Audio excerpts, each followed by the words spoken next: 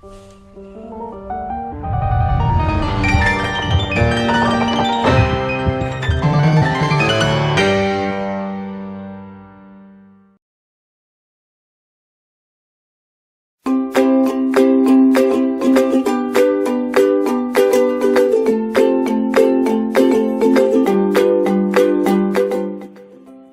you explain the physical reasons behind the differences in the swimming methods of bacteria and fish?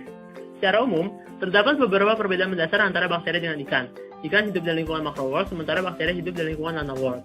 Kedua perbedaan itu menentukan perbedaan metode berenang keduanya. Pada nano-world, efek viskositas air jauh lebih terasa dibandingkan dengan macro-world, sehingga bakteri membutuhkan metode berenang yang berbeda dengan ikan. Terdapat beberapa metode berenang bakteri. Yang pertama dengan menggunakan silia, sedangkan yang kedua menggunakan flagella. 1. Silia. Bakteri menggunakan silia mirip seperti orang mengayuh dayung dengan sampan. Dia dorong silianya dari depan ke belakang yang membuat badannya bergerak maju. Untuk membuat badannya bergerak maju lagi, dia harus mengembalikan silianya ke posisinya semula. Namun jika ia gerakan silianya ke posisi yang semula dengan mengikuti jalur yang sama, bakteri tersebut akan kembali bergerak mundur. Oleh karena itulah, ia harus melakukan cara yang berbeda, yaitu dengan membengkokkan si silia mirip seperti renang gaya katak. 2. Flagella. Cara yang kedua hampir mirip dengan cara yang pertama. Bedanya, bakteri menggerakkan ujung flagella yang satu secara rotasional, sementara membiarkan ujung yang lainnya bergerak bebas. Ini akan membuat bakteri bergerak maju. How do you explain why engineers need to design and develop efficient machines, even if energy is always conserved?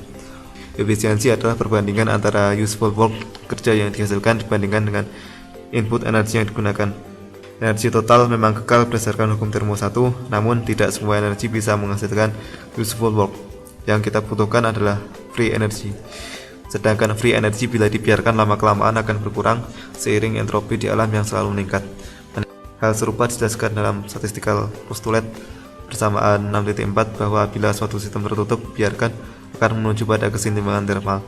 Sedang berdasarkan formula Shannon kita ketahui bahwa kesetimbangan molekul menunjukkan nilai disorder yang maksimal. Bila entropi terus meningkat, nilai free energy akan terus berkurang. Untuk itulah engineer perlu mendesain alat dengan efisiensi tinggi agar energi yang keluar dapat digunakan sebesar-besarnya. Mana yang lebih efisien antara satu sistem dengan yang lain, bahwa suatu sistem dikatakan lebih efisien bila prosesnya berlangsung pada pelepasan batasan atau constraint yang lebih kecil dan terkontrol. Efisiensi dapat ditingkatkan bila mengubah nilai beban W2 menjadi lebih kecil dari sebelumnya.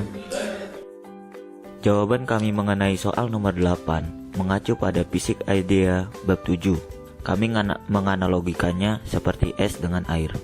Es memiliki ketidakteraturan, sedangkan air sangat tidak teratur. Ketika kita meletakkan es pada lingkungan, maka secara alami es tersebut akan mencair dan kemudian menyesuaikan suhunya dengan lingkungan. Untuk membahas lebih lanjut, kami menggunakan hukum gas ideal. Persamaan tersebut ketika setimbang memiliki hubungan dengan persamaan Van Hoff, yakni sebagaimana berikut.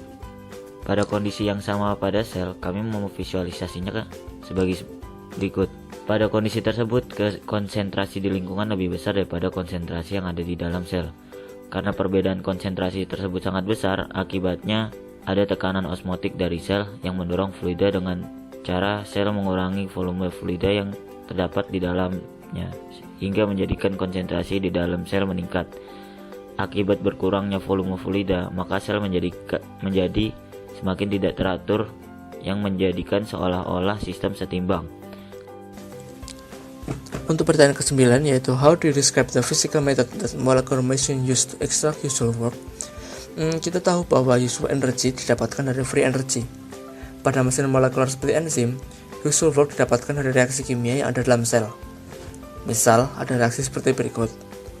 Maka reaksi hanya akan berjalan maju ketika konsentrasi A dan B lebih besar dari C dan D. Perbedaan konsentrasi akan menyebabkan gaya kimia, dan reaksi ini menyerap panas. Setiap reaktan dan produk memiliki free energy tertentu. Free energy total adalah ini. Reaksi akan berjalan maju ketika delta G kurang dari 0. Mari kita lihat animasi berikut. Ketika konsentrasi A dan B masih banyak, reaksi akan berjalan maju dari A dan B saja. Ketika konsentrasi C dan D mulai banyak, maka akan ada reverse reaction masih sedikit. Namun lama-kelamaan akan banyak dan kemudian laju reaksi berhenti. Agar gaya kimia terus muncul, maka reaksi harus berjalan jauh dari titik keseimbangan akan menghasilkan free energy maksimal.